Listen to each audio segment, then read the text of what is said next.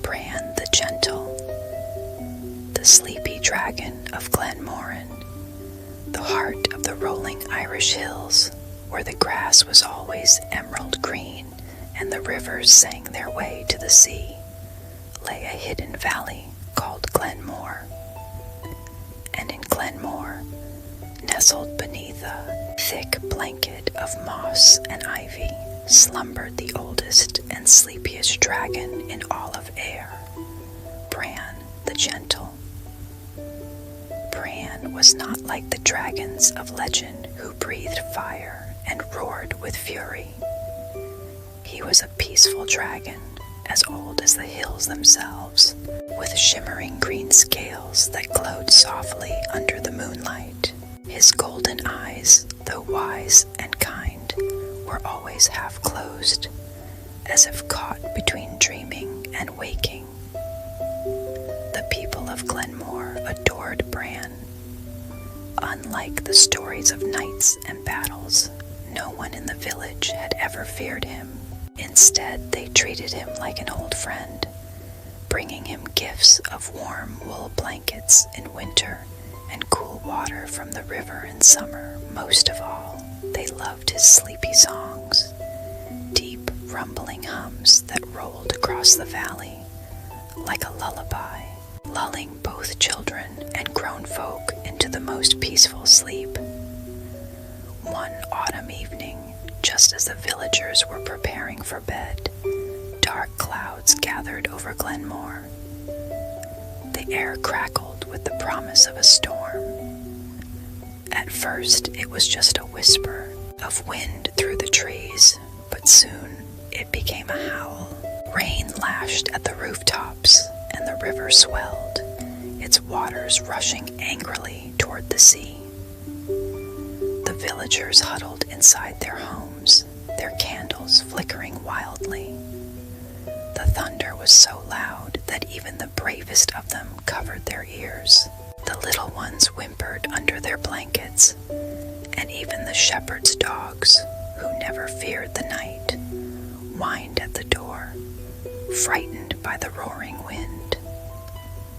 But Bran, in his mossy nest, simply stretched, yawned, and opened one golden eye. "See, storm is restless," he murmured in a voice as deep as the roots of the mountains. "It has forgotten how to sleep." With a slow, steady movement, Bran unfurled his great wings, the tips brushing the tops of the tallest trees.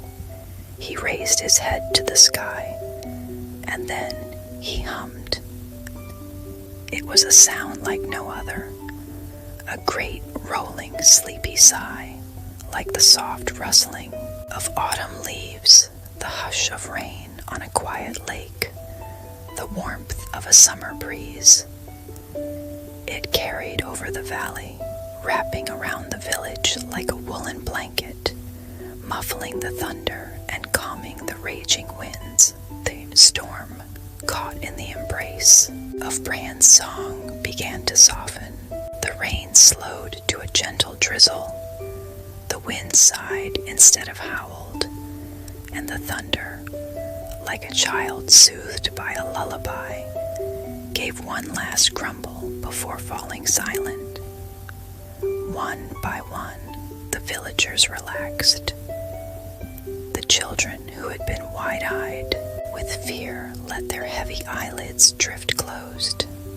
The shepherd's dogs curled up by the hearth, tails twitching in dream-filled sleep. Even the river, once wild and restless, whispered softly as it flowed toward the sea. Bran, satisfied that all was well, yawned a final time and nestled back into his mossy bed, his great tail curling around the hill. As the clouds parted and the moonlight returned, he drifted into dreams, just as peaceful as the valley itself. From that night on, the people of Glenmore knew they never had to fear the storms. Whenever the wind howled or the rain pounded too hard, they would simply listen for Bran's song, knowing that their gentle dragon was always watching over them.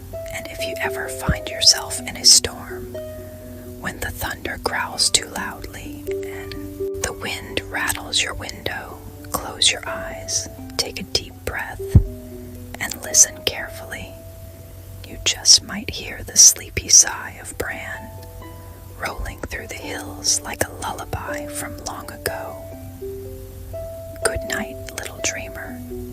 May your sleep be as soft as Bran's song.